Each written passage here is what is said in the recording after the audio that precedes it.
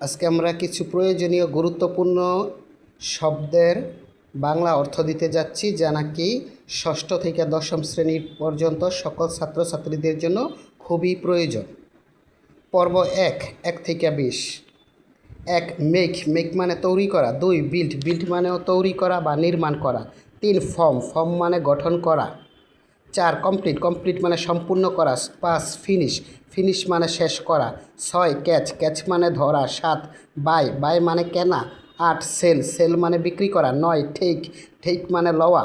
১০ like, like মানে পছন্দ করা। ১১ হেট, হেট মানে ঘৃণা করা। ১২ ডিসলাইক, ডিসলাইক মানে অপছন্দ করা।